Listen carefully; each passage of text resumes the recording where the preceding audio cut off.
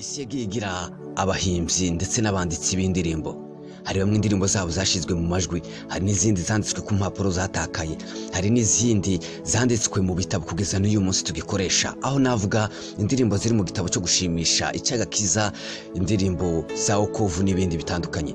Ni indirimbo zimaze imyaka amajana zaranditswe, zagiye zandikwa n'abantu batandukanye bari mu bihe bigoye ndetse bafite n'amateka menshi twabigiraho.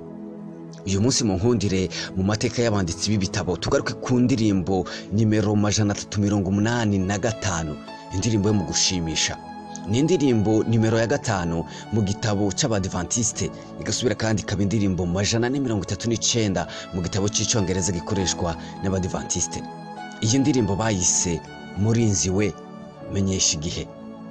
Iyi ndirimbo kubera iki yanditswe mu mwaka, yanditswe nande, yari mu bihe bihe kubera iki yanditswe.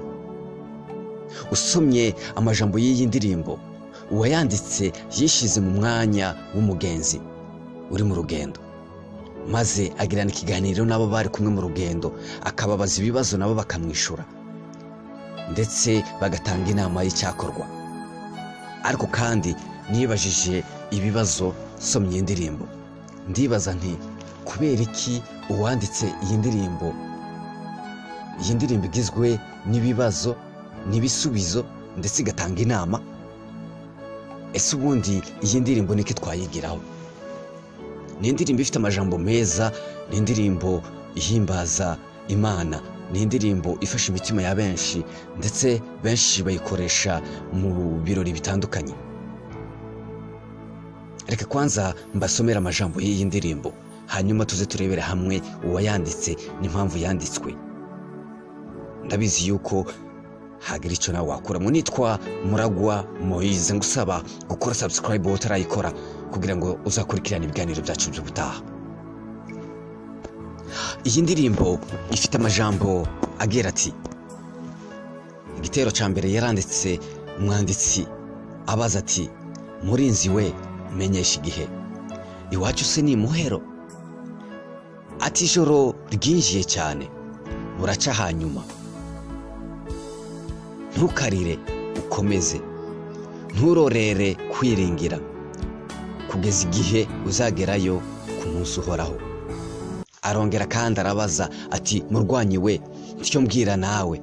Ansubiza yitonze ati, dore urugamba rurashira, guma mu ntambara, ntubabare wihangane, wireke imirimo yawe, tuzabona ibihembo cyiza nidutabaruka. Icya gatatu arasubira ati, ndacyabaza ibyaremwe byose, nabyo binsubiza bigira bitya ati, iyi si yacu iza gushira, haza indi ihoraho. Umenye ibyo bimenyetso bigaragaza kuza kwe, kandi ibyaremwe uko bingana byiteze impanda ye. Aje kurangiza yandika agira ati, twishime mu mitima yacu kuko imuhira ari hafi, duhumure tuzaruhuka tutakibabara, ntukarire tuzabana, ibyago bizashyiraho, tituzabura amahoro kwa Yesu mu ijuru. Ayo niyo majambo yanditse muri iyi ndirimbo. Reka tugaruke kandi, iyi ndirimbo yanditswe nande, yandikwa mu uhe mwaka, ni iyihe mpamvu yamuteye kugira ngo abashe kwandika iyi ndirimbo? Iyi ndirimbo yanditswe n'umwana muto witwaga Annie Rebecca Smith, yayanditse mu mwaka w'1853. Yabonetse bwa mbere mu gitabo Urwibutso n'Integuza, cyanditswe ku itariki ya 29 z'ukwezi kwa 11 hari mu mwaka w'1853. Rebecca Smith yavutse ku itariki ya 16 z'ukwezi kwa 3 mu mwaka w'1828, avukira hitwa New Hampshire muri Leta Zunze Ubumwe za Amerika. Ni umwana wa gatatu mu bana bane. Yabatijwe mu itorero ry'Ababatisita afite imyaka 10 gusa, ni ukuvuga ko hari mu mwaka w'1838. Mu mashuri yize iby'uburezi, ubuhanga mu gucapa ndetse no gusiga amarangi. Kuki uyu mukobwa yanditse iyi ndirimbo igizwe n'ibibazo, ibisubizo ndetse n'inama? Ashingiye mu gitabo cya Daniel ibice 8 n'umurongo w'14, umubwirizabutumwa muri icyo gihe witwaga William Miller cyangwa se Miller, wari ukomeye cyane muri Leta Zunze Ubumwe za Amerika. Yigeze guhanura ibinyoma yibesha ko ku itariki 22 z'ukwezi kwa 10 mu mwaka w'1844 aribwo Yesu Kristo azaza gutwara itorero. Abantu benshi baramukurikiye kubera yuko yari umubwiriza wari uzwi cyane kandi wari ukunzwe na benshi, yari yarigaruriye imitima ya benshi. Barategereje ku iyo tariki 24 z'ukwezi kwa 10 mu mwaka w'1844 yuko Yesu aza, barahebura.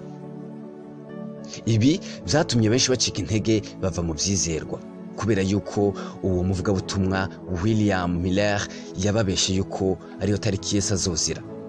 Bateguye imitima yabo biyejeje, batagikora utuzi twabo barindiriye yuko Yesu azaza. Ni nka bya bindi byabaye mu mwaka w'2000, benshi bari biteze yuko Yesu aribwo azaza. Ariko kandi kuza kwa Yesu kuba buri munsi.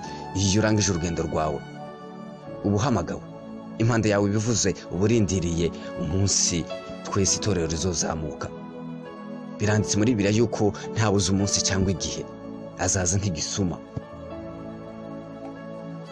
Nubwo uyu muvugabutumwa yatangaje ibyo ngibyo mu mwaka w'1844, benshi bacitse intege bava mu byizerwa. Mu bavuye mu byizerwa ndetse baracitse intege mu by'Imana bivamo harimo uyu mukobwa Annie Smith Rebecca. Yari yaravuye mu by'Imana byaramuvuye ku nzoka kubera yuko igihe yari yarizeye yuko Yesu azazira kitaje, kandi kuko yari yarabeshwe. Igice cyinshi kimaze gusohoka mu itorero, mu mazina y'abari basohotse harimo Annie Smith Rebecca dukesha indirimbo ya 385 Murinzi we menyesha igihe. Hageze mu mwaka w'1851 aho yari acumbitse uwo mukobwa, yabonye ibaruwa ya mama wiwe imusaba kuzaza mu iteraniro ry'umugabo w'umuvugabutumwa muri ico gihe witwaga Joseph Belt. Umwana ntabwo byamunejeje, ariko kubwo kubaha ababyeyi no kugira ngo ashimishe ababyeyi biwe, yaritabiriye ubutumire bw'ababyeyi biwe, aje kumva amajambo yigishwa n'uyo Joseph muri ico gihe. Impamvu yari yatumye agenda kugira gusa ngo ashimishe ababyeyi ni ukubera yuko ibyo navuze haruguru byari byarababayeho byo kwizera yuko Yesu ari hafi kugaruka, bazi n'itariki n'ukwezi n'umwaka bitabaye. Yabona yuko n'ubundi ari nk'abandi bose bavuga ibinyoma.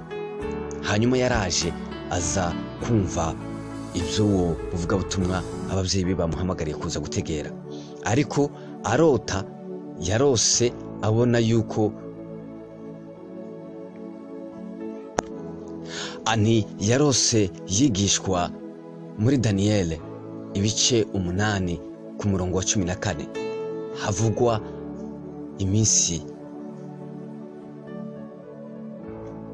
Fani yarose mu gitabo cya Daniel igice 8 ibice 14 kuko yari yarabwirijwe na William Miller, ari naho yafatiye kugira ngo abahanurire yuko Yesu ari hafi kugaruka. Daniel ibice 8 umurongo wa 14 haravuga ati, aransubiza ati, bizageza iminsi 2300 uko bukeye bukira, nyuma ubuturo bwera buzabonekwezwa. Aya niyo majambo yari yarakoreshejwe na wa muvugabutumwa William Miller, atuma benshi basubira inyuma. Ariko kandi nyuma ababyeyi babo bamaze kumuheza ubutumwa yuko azoza, yasubiye kandi kurota uwo murongo kuko ari wo umuvugabutumwa yigishije. Ni nako byagenze, umuvugabutumwa ni wo murongo yigishije. Ariko kandi umukobwa wari warasubiye inyuma mu byizerwa, yasubiye kandi gufatwa, asubira mu by'Imana, akorera Imana, arasubira kandi arakizwa bundi bushasha. Nubwo uyu mukobwa yarose umubwirizabutumwa yigisha igitabo cya Daniel ibice 8 ku murongo wa 14, wa muvugabutumwa nawe aho yarari ari we Joseph Belt yarose abona umwana waje wakererewe aza mu materaniro hasigaye intebe imwe cyane. Niko byamugendeye, uwo mwana yaraje site mu nzira arayoba, yaje gushika hasigaye intebe imwe kugira ngo abashe kwicara mu rusengero yumva ijambo. Niko byamugendeye, yarategereye ijambo kuko byafashe iminsi myinshi cyane uwo muvugabutumwa abwiriza, bituma uyu mukobwa ahinduka. uyu mukobwa ashingiye ku byo William Miller yari yarahanuye ku binyoma y'uko Yesu azoza mu mwaka w'igihumbi kimwe amajana umunani na mirongo ine na kane, afatiye kandi no muri Yesaya igice cya 21 n'umurongo wa 12. Aha niho havuye indirimbo Murinzi we menyesha igihe. Uyu mukobwa yasomye igitabo cya Yesaya kirimo amajambo agira ati, Yesaya 21 umurongo wa 12. Iyi mirongo igira iti, umurinzi aramusubiza ati, bugiye guca kandi bwongere bwire, nimushaka kubaza mubaze, nimuhindukire muze. Aya niyo majambo Annie Rebecca Smith yafatiyeho kugira ngo ahimbe iyi ndirimbo y'amajana 385, Murinzi we menyesha igihe. Yafatiye ku byo bari baramubeshye yuko Yesu ari hafi kugaruka, bavuga amatariki n'ukwezi n'umwaka yuko Yesu ari hazagarukira. Muri ico gihe hari ku itariki ya 22 z'ukwezi kwa 10 umwaka w'igihumbi kimwe amajana 844, kuko nababwiye haruguru niko byari byanditswe yuko byari byarahanuwe yuko ariho Yesu azozira. Birabura, ariko kandi yifashishije muri Yesaya amenya yuko Yesu atazoza nk'ugihe abantu babishakira cyangwa se babyiteguriye. Niho hamuje mu indirimbo igira iti, Murinzi we menyesha igihe. Ni indirimbo ikunzwe cyane ndetse yahinduwe mu ndimi nyinshi, iririmbwa mu midihe itandukanye cyangwa se mu njyana zitandukanye bivanye n'idini urimo cyangwa se n'uwayihimbye. Yagiye isubirwamo n'abantu benshi batandukanye. Annie yapfuye afite imyaka 27 y'amavuko, yicwa n'igituntu. Yapfuye ku itariki ya 26 z'ukwezi kwa 7 hari mu mwaka w'igihumbi kimwe amajana 855. Yagiye yandika n'izindi ndirimbo nyinshi zitandukanye. Uyu mukobwa, iyi ndirimbo yiwe nibwo tuyiririmba, hari benshi batazi amateka yayo naho yavuye. Ni byiza yuko turirimba tuzi amava n'amavuko y'ibyo turirimba ndetse n'abazanditse. Ni indirimbo ikoreshwa haba mu bapfuye mu kubaremesha, bababwira yuko tuzashira umubabaro n'agahinda. Ndabashimiye mwebwe mwese mwari mukurikiranye bino biganiro byacu, ngusaba gukora subscribe ndetse no kubisangiza abandi. Amajambo arimo yatuma nawe ugira icyo uhindura ndetse ugahinduka no mu mitekerereze yawe. Murakagira Imana, murakagira igihugu, bifuriza n'iterambere mu banyu no mu byanyu.